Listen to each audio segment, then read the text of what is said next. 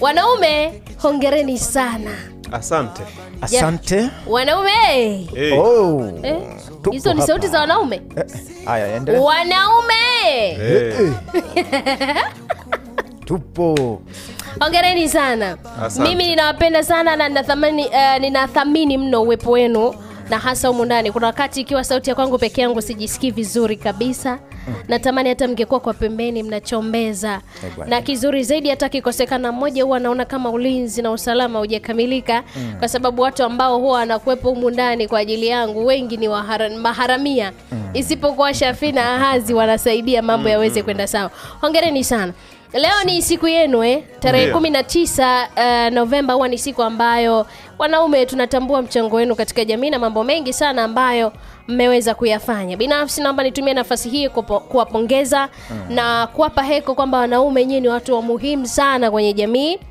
Tunawategemea kwa mambo mengi sana, tukianza katika ndoa, lakini pia katika kazi, jamii, kiroho pia na mambo mengineyo mengi. Mwanaume akiamua kwamba Shani lazima aolewe, ni ataolewa, kwa sababu mwanaume ndiye ambaye ana hatima ya maisha ya mwanamke, hususan kwenye ndoa.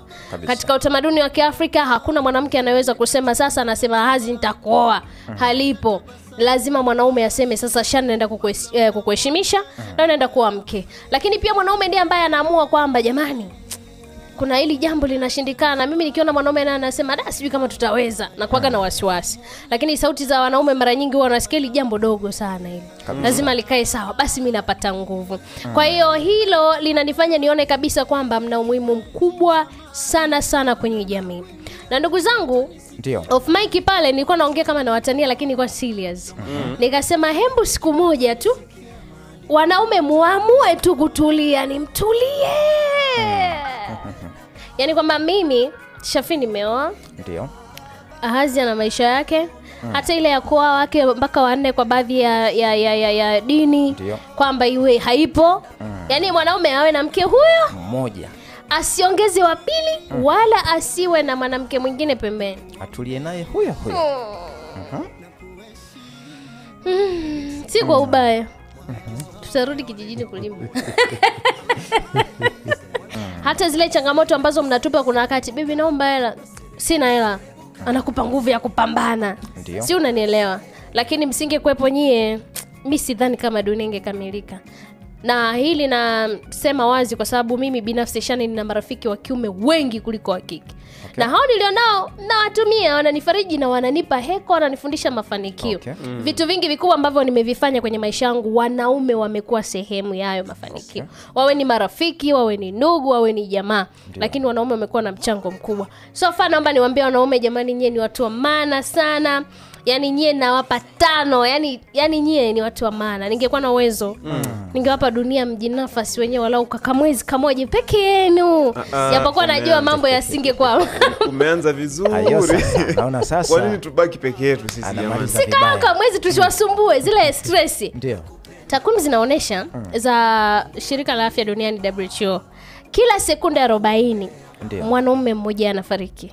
Na anafariki mara nyingi wao wanaongoza na wanakumbwa na hiyo changamoto ni tu kwa sababu wao wanakumbwa na vitu vingi. Mambo ya ukatili kwanza hawasemi, majukumu ni mengi, familia, ndoa na kadhalika. Ni mabingwa kugugumia, mila na desturi zimewavaa wanaume, wanakufa na kamba. Hivi unaamini kesho tu hapa tashangaa mtu ameshika kamera hapo, unapigiwa simu, Shani wewe si wa Itimbo mbele. Kuna mtu hapa anaitwa Kita Ngala, ashatangulia mbele. Kafanyaje kazima? Kumbe ana mambo hasemi wanaume. Kwa hiyo labda tukiwapa kamwezi kapeke yenu, stress zisiwepo. Inaweza ikawa ni zawadi tosha, kwa sababu si viumbe, inawezekana tunawa stress sana. Tunawapa heka. Mwisho wa siku niwaambieni tu tunawapenda. Jamani, wanaume tunawapenda. Asante. Bila nyie tutoboi.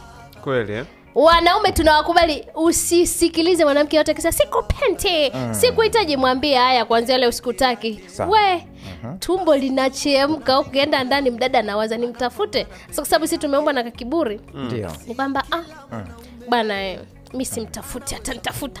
Ukikaza wiki, yule mdada anapelekwa kufanyia operation. Tumbo limeshika. Kweli kakuita mwanaume suruali huyo atarudi tena? Yani sikiliza, sisi tuna jeuri ya mdomo ile. Sikutaki, nakwambia achana na mimi kwanza, mimi nishajipata na jamani, hapana. Haipo. Nafasi ya mwanaume kwenye maisha ya mwanamke ni kubwa, na waambieni hii siri leo. Okay. Ukiona mwanamke amekwambia hakutaki muongo, yani umemkaraisha tu kwa muda huo, lakini akienda kujifikiria. Ndio. Na ukiwa umtumii message pale, umpigi simu huko mbali, Ndio. anateseka, tumbo linamuuma, kwao na nyie msikaze, mtatuua. Kwa ukiona mwanamke anamwambia sikutaki, ukimwacha Ndio. usiku mwambie hai, utasikia anavyosema hai. 88.5 Shamba FM.